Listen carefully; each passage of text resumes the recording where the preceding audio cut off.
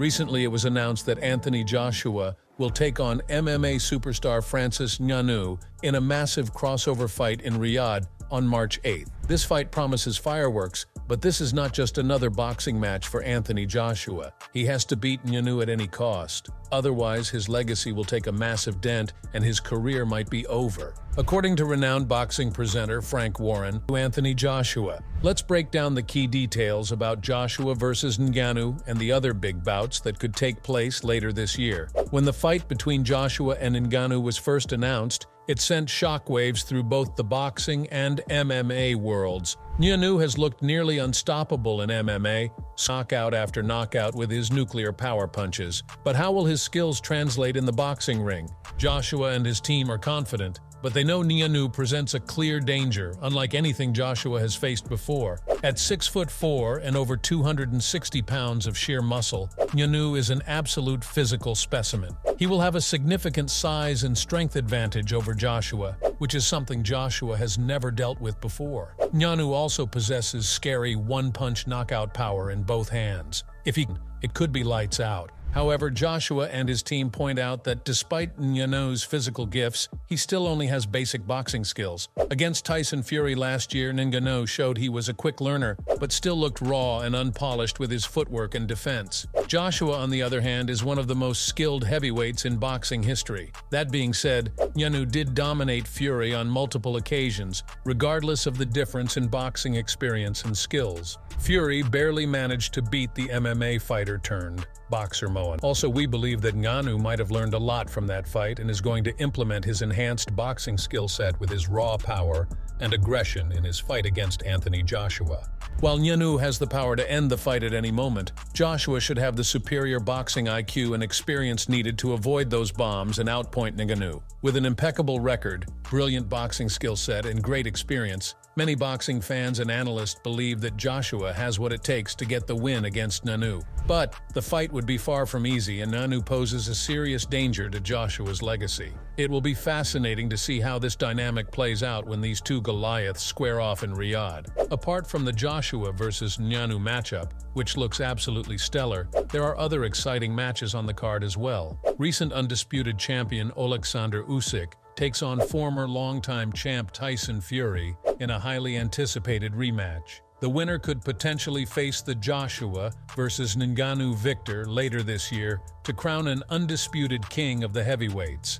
Features some of the top young talent and popular names in boxing. This includes fighters like Ryan Garcia, Devin Haney, David Benavidez, Jermall Charlo, and more. Truly an embarrassment of riches that delivers unprecedented depth and quality. Beyond the March 8th mega fight, promoter Frank Warren indicated more huge fights could happen in 2024 to continue building off boxing's current hot run. Another card scheduled for March 16th in Birmingham, England already has fans buzzing. Dubbed the Magnificent Seven, this event features elite UK talent like Hamza Shiraz and Liam Williams in what could be an early Fight of the Year candidate. And if the main event winners from March 8th can stay healthy, we may see an undisputed four-belt mega showdown by year's end. Promoter Turki Alalshik has even crafted a special undisputed champion belt to incentivize the reigning champs to face off to crown one king above all. Now, considering how important this fight is for Anthony Joshua's legacy and overall career,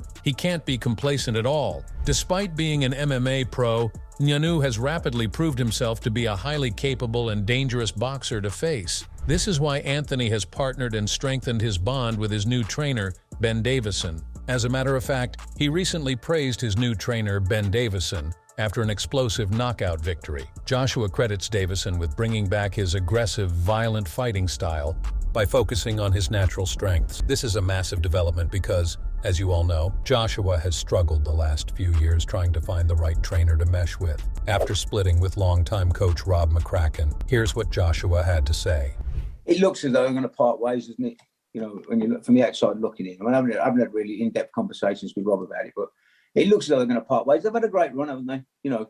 After McCracken, Joshua had a short stint with Robert Garcia, but that didn't last as well. Here's what Robert Garcia had to say about his relationship with AJ. Whoever it is, I think he's going to be a great fighter because he already accomplished a lot with his first trainer. He he should do the same in the future. More recently, Joshua worked with Derek James, but that didn't work out as well, because under him there was also something off about his performances. Here's what Derek had to say about his split with AJ. Right. I say whatever, so report it. Because if they wanted to know, they really wanted to know about it, then they could have just asked me.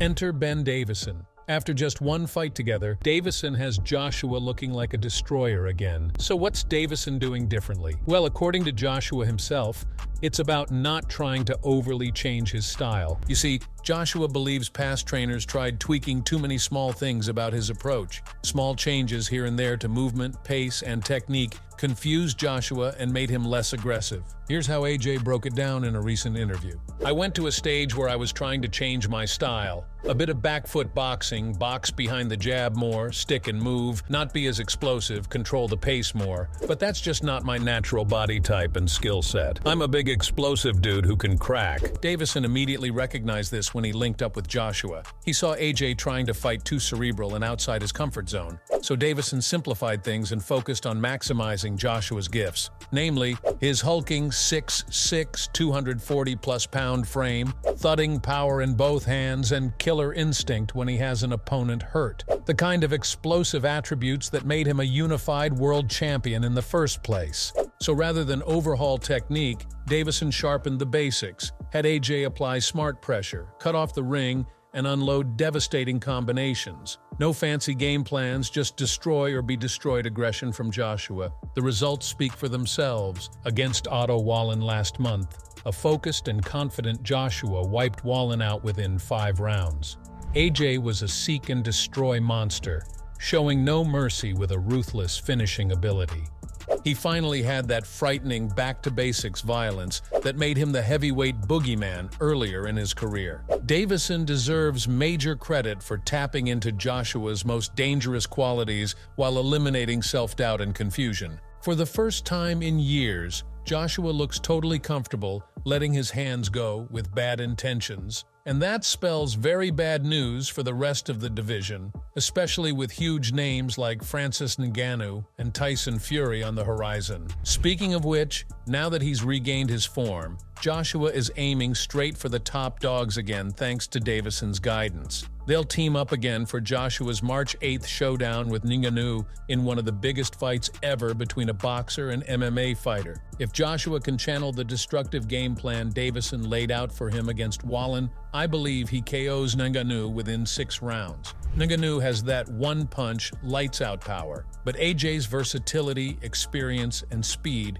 should overwhelm him quickly. And after Joshua runs through Ngannou, there's mutual interest in an undisputed title fight between the winners of Ngannou Joshua and Fury Usyk. 4 belts on the line, 1 left standing. That's why this successful partnership between Davison and Joshua is so pivotal right now. It could ultimately steer Joshua back to the mountaintop of boxing, where the mega fights that define legacies take place. So there you have it, a complete breakdown of some of the tantalizing matchups and storylines developing in boxing this year. Joshua versus Ngannou and a potential 4-belt unification are just 2 of the mouth-watering bouts in store for fight fans. Strap in and get ready, because 2024 could be one for the history books. What big fight are you most looking forward to this year?